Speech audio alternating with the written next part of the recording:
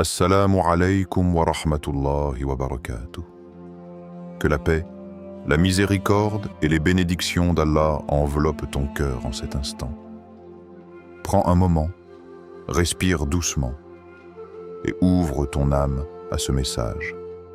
Car peut-être que ce que tu t'apprêtes à entendre aujourd'hui n'est pas un simple rappel, mais une réponse qu'Allah a décidé de déposer dans ton cœur au moment parfait. Les rencontres ne sont jamais un hasard dans ce monde. On t'a appris à croire au hasard, aux coïncidences, aux rencontres par chance, aux histoires qui arrivent comme ça.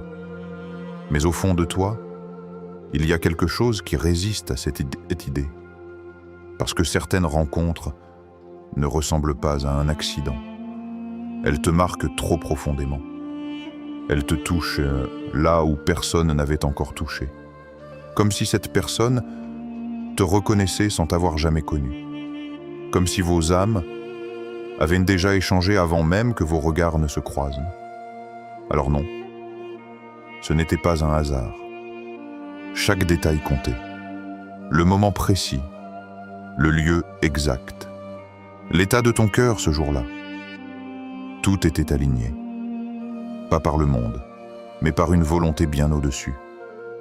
Et c'est lui qui a créé les couples, l'homme et la femme. An-Najm 53-45. Ce verset ne parle pas seulement de création physique. Il évoque une harmonie, une complémentarité, un lien déjà inscrit. Avant même que tu comprennes, avant même que tu rencontres, il y a une histoire silencieuse, celle de deux âmes qui avancent séparément. L'une traverse des épreuves, l'autre apprend la patience. L'une se reconstruit, l'autre attend sans savoir pourquoi. Elles font des erreurs. Elles rencontrent les mauvaises personnes. Elles passent par des déceptions qui les changent. Et pendant tout ce temps, elles pensent être perdues. Alors qu'en réalité, elles sont en train d'être guidées. Guidées l'une vers l'autre. Pas directement, mais parfaitement. Et puis un jour, sans prévenir, tout bascule. Un échange, un regard, une simple conversation. Et quelque chose en toi murmure, ce moment n'est pas ordinaire. Laisse-moi te poser une question. Pourquoi certaines personnes disparaissent de ta vie, juste au moment où tu pensais qu'elles allaient rester ? Pourquoi certaines relations échouent, même quand tu donnes tout? Pourquoi certaines portes se ferment, alors que tu les voulais tellement ouvertes? Tu appelles ça une perte. Mais si tu regardes autrement, ce sont des redirections. Parce que ce qui n'est pas écrit pour toi ne peut pas rester, même si tu t'accroches, même si tu insistes, même si tu souffres. Et ce qui est écrit pour toi ne peut pas te manquer, même si le chemin est long. Même si tu ne comprends pas encore. Alors réfléchis. Et si chaque échec relationnel que tu as vécu n'était pas une erreur, mais une précision, une manière pour Allah de retirer ce qui n'est pas aligné, afin de te rapprocher doucement de ce qu'il est vraiment. Ce qui t'est destiné te trouvera, même si tu fuis. Il y a une vérité que peu de gens acceptent vraiment. Tu peux fuir une personne, mais tu ne peux pas fuir ton destin. Tu peux ignorer un message, éviter un endroit, changer de cercle, te convaincre que c'est terminé. Mais si Allah a écrit cette rencontre, alors même tes fuites deviennent des chemins qui y mènent. C'est ça qui est troublant. Tu penses t'éloigner, alors que tu te rapproches. Dis, rien ne nous atteindra, en dehors de ce qu'Allah a prescrit pour nous. At-Tawba 9:51. Ce verset ne parle pas seulement des épreuves, il parle aussi des rencontres, des moments décisifs, des âmes qui doivent se croiser, même si tout semble aller contre. Il y a une histoire que certains vivent sans jamais la comprendre, celle de quelqu'un qui quitte une ville pensant tourner une page. Nouvelle vie, nouveaux visages, nouvelles habitudes. Et pendant un instant, il croit avoir tout laissé derrière lui. Mais un jour, Dans un endroit banal, à un moment inattendu, il rencontre quelqu'un, une présence différente, un regard qui ne ressemble à aucun autre, et sans savoir pourquoi, il ressent une connexion étrange, forte, familiarité sans passer, comme si quelque chose disait « Tu n'as jamais été aussi proche ». Alors, laisse-moi te demander, combien de fois as-tu essayé d'oublier quelqu'un sans jamais vraiment y arriver? Combien de fois as-tu fermé une porte, mais ressenti que quelque chose restait ouvert à l'intérieur de toi? Et si ce n'était pas une faiblesse, mais un signe? Imagine maintenant, quelque part dans ce monde, une personne se lève la nuit. Elle fait une invocation sincère, pas pour quelqu'un de précis, mais pour une âme qui lui correspond, pour une personne qui la comprendra vraiment, qui ne la brisera pas, qui ne la quittera pas sans raison. Elle ne connaît pas ton visage, elle ne connaît pas ton histoire, mais elle demande à Allah quelqu'un comme toi. Et toi, dans un moment de solitude, peut-être après une déception, peut-être dans un silence que personne ne voit, tu fais une invocation similaire, sans savoir pour qui, sans savoir quand, mais avec un espoir sincère. Deux cœurs, séparés par la distance, mais unis par la même demande. Et Allah entend, toujours. Et votre Seigneur dit, « Invoquez-moi, je vous répondrai. » Kafir 40-60. Alors réfléchis bien. Penses-tu vraiment que deux invocations sincères, adressées au même Seigneur, peuvent se perdre dans le vide? Ou crois-tu plutôt qu'elles sont en train de tracer un chemin invisible qui finira par vous réunir? Même si aujourd'hui, tu ne vois rien. Même si tout semble flou, même si le temps te paraît long, ce qui est écrit pour toi n'est pas en train de disparaître. C'est en train de se rapprocher, d'une manière que tu ne peux pas encore voir, mais que tu finiras par comprendre. Les retards sont des préparations. Tu regardes le temps passer, et parfois, ça pèse. Pas forcément sur ton quotidien, mais sur ton cœur, parce qu'il y a cette attente silencieuse, celle que tu n'expliques pas toujours aux autres. Tu avances, oui. Tu vis, tu souris, tu fais ce que tu dois faire. Mais au fond, il y a cette question qui revient encore et encore. Pourquoi pas maintenant? Pourquoi ce moment n'est-il toujours pas arrivé? Pourquoi cette rencontre se fait attendre? Allah sait, tandis que vous ne savez pas. Al-Baqarah 2, 216. Ce verset est court, mais il renverse tout, parce qu'il te rappelle une chose essentielle. Tu vois le délai. Allah voit le danger que tu ne vois pas encore. Tu ressens l'attente. Allah voit la transformation en cours. Ce que tu appelles retard est souvent une protection active, une préparation en profondeur, pas visible, mais réelle. Imagine un cœur qui porte encore des blessures anciennes, des déceptions non guéries, des attachements mal placés, des peurs silencieuses. Maintenant, pose-toi cette question. Que se passerait-il si tu rencontrais la bonne personne, avec ce cœur-là? Est-ce que tu aimerais sainement? Ou est-ce que tu aimerais à partir de tes blessures? Est-ce que tu construirais? Ou est-ce que tu dépendrais? Il y a une histoire, celle d'une personne qui attendait depuis longtemps. Elle pensait être prête, elle se sentait prête, mais en réalité, elle confondait solitude et préparation. Puis un jour, elle a rencontré quelqu'un. Tout semblait parfait au début. Mais très vite, ses anciennes blessures ont refait surface. La peur d'être abandonnée, le besoin excessif d'attention, l'incapacité à faire confiance pleinement. Et ce qui aurait pu être beau s'est effondré. Pas à cause de l'autre, mais à cause de ce qui n'était pas encore guéri en elle. Plus tard, avec du recul, avec du travail sur elle-même, avec du temps passé à se reconstruire. Elle a compris quelque chose de profond. Ce n'était pas le mauvais moment pour la rencontre, c'était le mauvais moment pour elle. Alors laisse-moi te poser une question.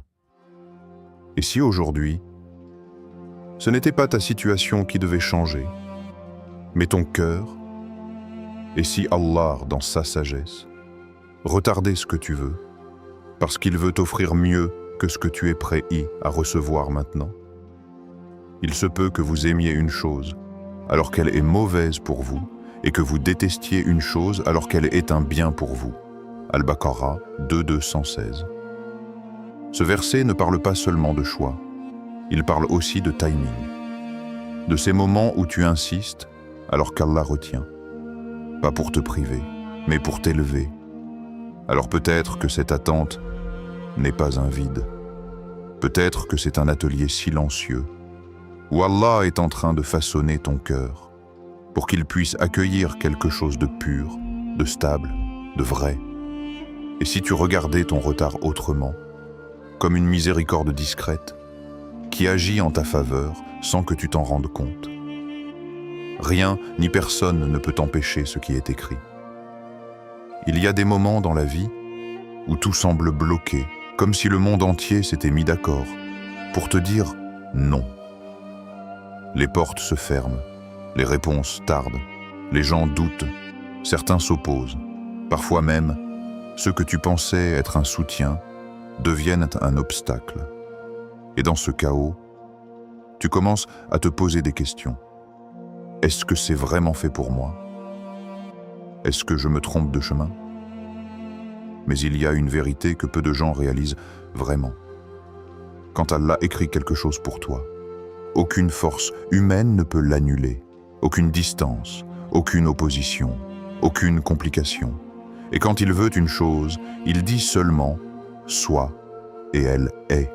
Yassine 36:82.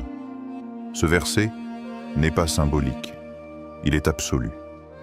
Quand Allah dit « soit », il n'y a pas de « mais », pas de délai imposé par les gens, pas d'empêchement venant des circonstances, seulement une réalisation parfaite, au moment exact.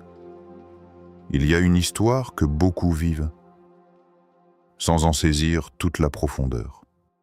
Celle de deux personnes que tout semblait séparer. Les familles n'étaient pas d'accord. Les situations étaient compliquées. Les distances rendaient tout difficile. Tout indiquait que ça n'allait pas marcher. Et pourtant, malgré les refus, malgré les obstacles, malgré les détours inattendus, quelque chose continuait de les rapprocher. Pas toujours de manière directe, mais toujours réelle.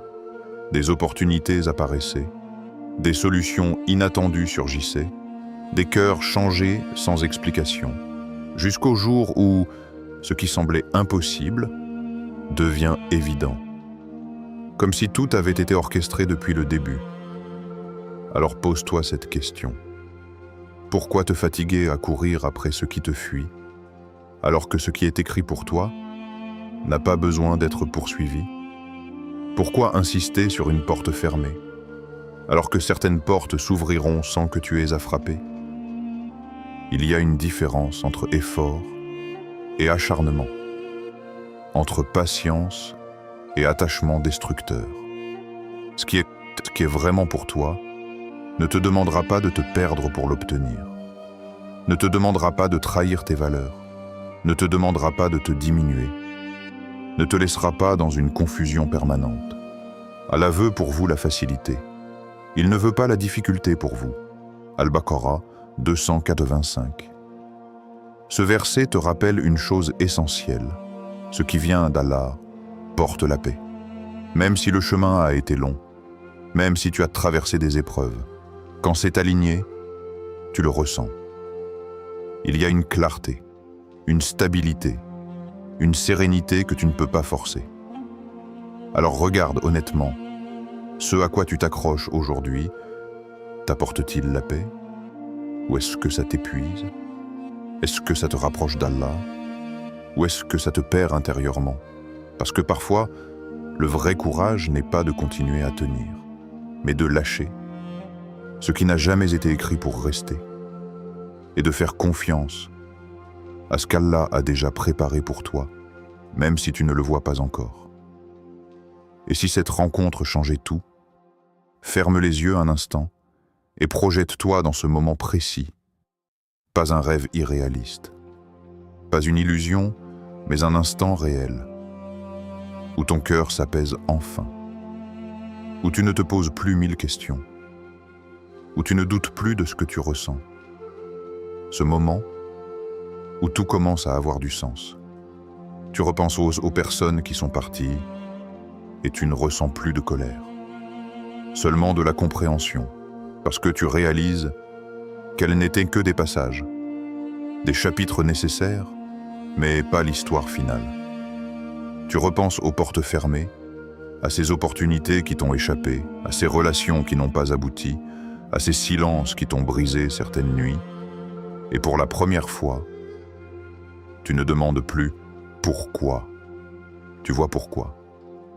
Parce que si une seule de ces choses avait fonctionné, tu ne serais pas là, à cet endroit précis, dans cet équilibre, face à cette personne.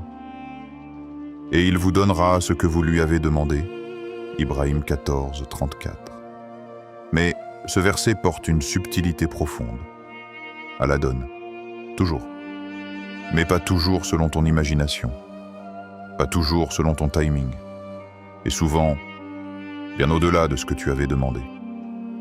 Imagine maintenant cette rencontre que tu n'attendais plus vraiment, ou peut-être que tu attendais, mais sans savoir à quoi elle ressemblerait.